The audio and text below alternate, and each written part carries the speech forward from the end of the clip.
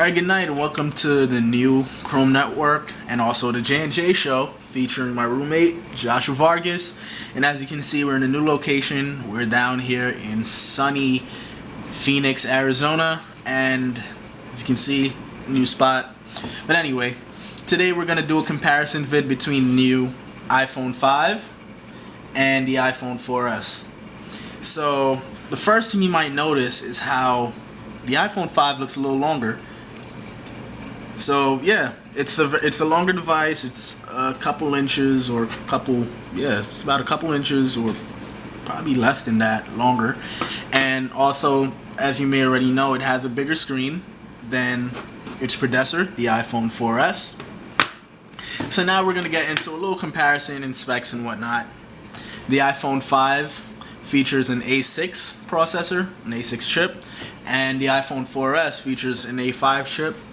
And both phones are available for AT&T, Sprint, and Verizon, and both come in black and white. So you can get the iPhone 4S in white as well. You can get this in black, same thing. And this have a height of 4.87 inches and a width of 2.31 inches. And it's also thinner than its predecessor, the iPhone 4S, making it the thinnest iPhone out yet to its date. Whereas the iPhone 4S comes in at 4.5 inches and same width, 2.31, but it's thicker. So as you can see on the front, it looks pretty much almost the same, as if that it has a larger screen. And also the camera is above the speaker instead of below the speaker, or I mean next to the speaker, I'm sorry. And there's a little sensor here. I'm not really sure what that's about, but it's pretty cool. On the side here, everything is set up the same. On the back, here's where you would actually see a little bit of difference. Now it has a matte finish for the iPhone 5, where the 4S have an all glossy glass finish. And I guess being that this is all glass and how Apple see that a lot of their iPhones were breaking, a lot of their Apple products were breaking easily just from dropping it, they kind of added a metallic matte finish here. And not only does it reduces breaking, it's also good with grip. You're not holding anything slippery. It's a matte metal finish compared to a glass finish. So it looks attractive, but at the same time it does have a purpose.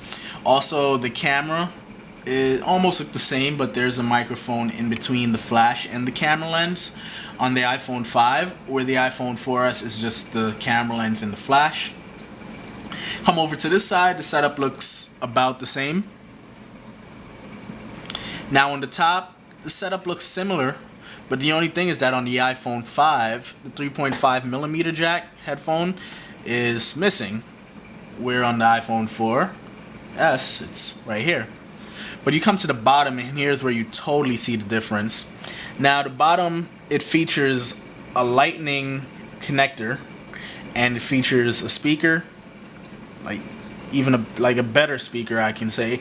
And also it features a 3.5mm headphone jack, where the iPhone 4S features the 30-pin connector and some speakers. The cellular and wireless is pretty much the same. You do get GSM, you do get Edge, you do get an 802.11 A, B, G, and N Wi-Fi. The iPhone 5 is available in 2.4 gigahertz or 5 gigahertz, and both features Bluetooth 4.0 and GPS and GLONASS. So I mean, similar specs when it comes to cellular and wireless. It's just that the iPhone 5 do have LTE, where its predecessors do not have LTE. That's pretty much the only difference you would really see. And also the SIM card is a little different. Now on previous iPhone models, you have the micro SIM. The new iPhone 5 comes with a new SIM system, and it's called the nano SIM, which is pretty smaller. And if you put it close together, you just come in closer, you can see it's a little smaller in size. So that's called a nano SIM. And of course iPhone 5 is not compatible with the existing micro SIMs card. So if you're running an iPhone 5, it's ran on a nano SIM card. And both phones also have Siri. We're all familiar with Siri, the intelligent assistant, and you use your voice to send messages, set reminders, and more. So both phones, you get that Siri experience. So both phones features an 8 megapixel eyesight camera with about the same spec. You get autofocus, tap to focus, you get LED flash backside illumination sensor, you get a 5-element lens, you get face detection, you get a hybrid infrared filter, 2.4 aperture, and you can shoot panoramic shots with this. But the FaceTime camera, however, is different. Now the iPhone 5 comes with a 1.2 megapixel. It takes 1.2 megapixel photos, and that's the FaceTime. And also it shoots at 720p high definition in video, and it also have a backside illumination sensor, where the iPhone 4S could have only shot VGA resolution photos and VGA resolution video. So there's a little difference in the FaceTime cameras. So video calling, all FaceTime. The iPhone 5 to any FaceTime enabled device over Wi-Fi or cellular. Same thing, iPhone 4S, same specs with FaceTime. The iPhone 5 shoots at 1080p high def, so does the iPhone 4S, at 30 frames per second, tap to focus, LED light, and this have an improved video stabilization. It also takes still photos while recording video, which this doesn't do, and it also does face detection when you're shooting videos, which this also doesn't do. So that's pretty cool. Have you heard of the new Apple AirPods? Apple iPod. I'm sorry, YouTube, once again. Have you ever heard of the new Apple AirPods? And these are just improved AirPods with the remote and mic, same as the predecessor, but it has a pretty new, more sleek design, and it really does the trick. Great quality. If you don't want anything too big or anything too sophisticated or anything like that, this really does the job for your on-the-go music listening and whatnot. And it does have the remote and also the microphone as well. So that's the new Apple AirPods. And also it has a new connector as well.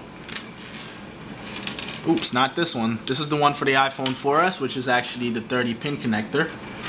The new one for the iPhone 5 is actually called Lightning.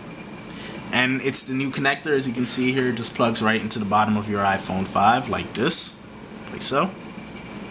And you can charge your iPhone, or you can connect it to your iMac or any other device. And Lightning really lives up to its name. It does faster transfers than the 30-pin connector, and also it looks a little bit more sleeker, right? You have a smaller connector. You don't have anything too big or anything too wide, so it does faster connection, faster transferring, and it also does the same purpose as the 30-pin connector. It charges your device in the computer. So the battery life is up to 8 hours on 3G for the iPhone 5, and the browsing time is up to 8 hours on LTE, up to 8 hours on 3G, and up to 10 hours on Wi-Fi. And the standby time is up to 225 hours on the iPhone 5, where the iPhone 4S is up to 8 hours on 3G. There is no LTE, unfortunately. So if you want that LTE connection, you better switch to this. You're gonna learn today. And it comes with 6 hours of battery life on 3G and up to 9 hours on Wi-Fi, and the standby time is up to 200 hours on the iPhone 4S. So pricing, a 16 gig iPhone 5 would run you $199, a 32 gig would run you $299, and a 64 gig would run you $399. And this is available in 16 gig only right now, currently, and that would run you $99. So I mean, it's an extra $100 for at least the 16 gig, but it's really worth it. You do get a wider screen, so if you are viewing like Safari in landscape, let me just go on Safari real quick. You do get like a wider connection, so let me just go on Safari on both devices actually. Let me show you what I'm talking about. So let me put in YouTube, for example. YouTube.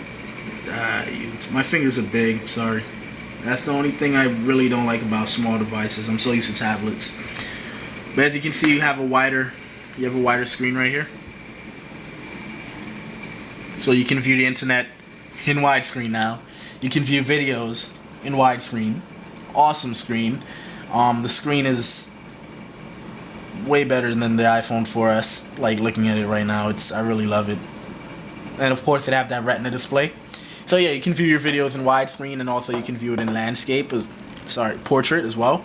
So as you can see in portrait, since it's a longer screen, you can see more without having to scroll.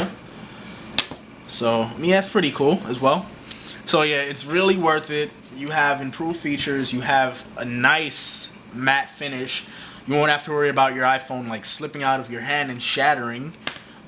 It's thin, it's sleek, it's lightweight. It weighs less than the iPhone 4S actually. It's just a beautiful device. I would really recommend you to buy it.